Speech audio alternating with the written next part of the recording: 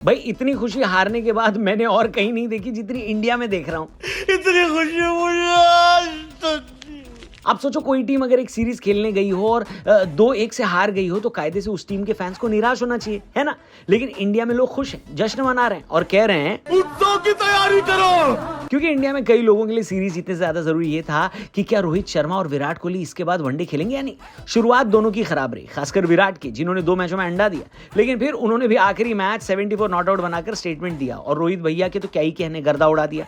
3 मैचों में 202 रन 101 के एवरेज के साथ। लेकिन जब 2 खिलाड़ियों के ऊपर इतना फोकस होता है ना, तो बाकी अच्छा और बुरा क्या हो रहा है उससे नजर हट जाती है। क्योंकि हम सीरीज हारे हैं तो अच्छा तो हुआ नहीं है, कुछ तो बुरा हुआ ही है। इसीलिए सीरीज का थोड़ा पोस्टमार्टम कर लेते हैं और पता कर लेते हैं कि आखिर ये टीम इंडिया, जो कि भले ही एक वक्त पर आईसीसी ट्रॉफी न जीत रही हो, लेकिन बायलैटरल हारना तो हमने बंद कर दिया था। लेकिन एक बार फिर से हम बायलैटरल हार रहे हैं। ऑस्ट्रेलिया में सीरीज हम क्यों हारे, 3 पॉइंट में आपको बताऊंगा। चैनल सब्सक्राइब करना, वीडियो पसंद आए तो इसे अपने दोस्तों से भी शेयर करना। पॉइंट नंबर 1, मुश्किल पिचों पर न खेलने की कैपेसिटी। ऑस्ट्रेलिया में बॉल बहुत बाउंस होती है, स्पीड से आती है और हमारे यहाँ के खिलाड़ियों को इतना बाउंस खेलने की आदत नहीं है। खासकर अब तो नहीं रह गई। हमने ओवरऑल भी देखा है कि जब जब मुश्किल कंडीशन हुई है, हमारी बैटिंग ने हथियार डाल दिए। ये बात आपने पिछले साल जब न्यूजीलैंड इंडिया आई थी और मुश्किल स्पिन पिचें बनाई गई थी तो हमारे बल्लेबाजों ने सरेंडर कर दिया था और हम क्लीन स्वीप हो गए थे। यहाँ पर स्पिन नहीं थी, फास्ट बॉलिंग फ्रेंडली कंडीशन थी और आपने देखा कि हमको रन बनाने में प्रॉब्लम हुई जब हमको पहले बैटिंग दी गई, है कि नहीं।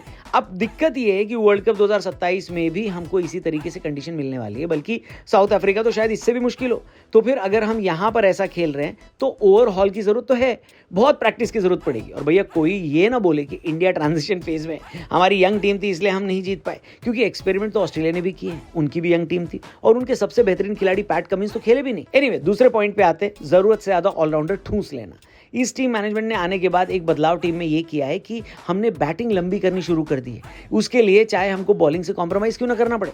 हमने देखा है कि गौतम गंभीर जब कोलकाता नाइट राइडर्स के कोच थे तो उनको यही फॉर्मूला लगाकर जीत मिली थी, जहां पर उन्होंने अपनी बैटिंग लाइनअप भयंकर लंबी कर दी थी और कई सारे ऑलराउंडर्स को जगह दी थी जो कि बॉलिंग तो कर ही सकते थे लेकिन टाइम आने पर बल्ला भी चला सकते थे। इसी तरह की अप्रोच देखी गई जब वो टीम इंडिया में आए, लेकिन ये अप्रोच उन्होंने सिर्फ T20 में नहीं बल्कि टेस्ट और वनडे में भी लगा दिया। आपने देखा होगा हम 8 नंबर तक बैटिंग रखते हैं, हमने वॉशिंगटन सुंदर को खिला दिया और कुलदीप यादव को बाहर बिठा दिया, सिर्फ इसलिए क्योंकि वॉशिंगटन सुंदर कुलदीप से बेहतर बल्लेबाज है। लेकिन कुलदीप भी तो बेहतर गेंदबाज है वॉशिंगटन सुंदर से, ये बात कंसीडर ही नहीं की गई।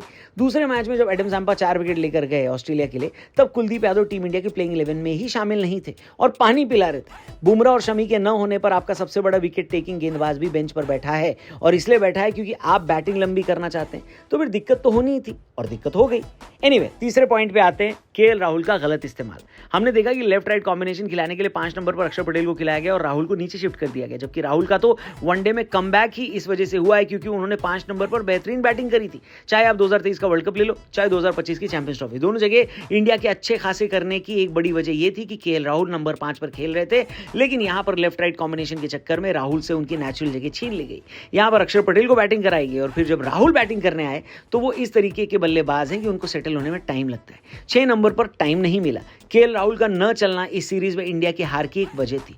अब कई लोग बोलेंगे कि चले तो शुभमन गिल भी नहीं है। भाई शुभमन गिल फॉर्म में नहीं थे, फॉर्म किसी की भी जा सकती है, लेकिन राहुल के साथ तो बैटिंग ऑर्डर में छेड़छाड़ हुई है। खैर, अगर आपको लगता है कि मैं ठीक बोल रहा हूं तो कमेंट करके बता देना, अगर आपको लगता है कि मैं गलत बोल रहा हूं तो भी कमेंट करके बोल देना है। बाकी इस सीरीज में इंडिया की हार की क्या वजह रही वो भी आप अपनी तरफ से बताना, अगर बताना चाहो तो। और अगर इतना सब बता ही रहे हो तो अपने इंटरनेट बैंकिंग का पासवर्ड भी बता देना। क्या मजाक कर रहा हूं, लास्ट वाला रहने देना। साइबर फ्रॉड हद से ज्यादा हो रहा है, आप इस फ्रॉड के चक्कर में मत पड़ो। आप बस चैनल सब्सक्राइब करो, हमारी कल की वीडियो का इंतजार करो। कल मिलते हैं। Thank you for watching, good bye, जय हिंद।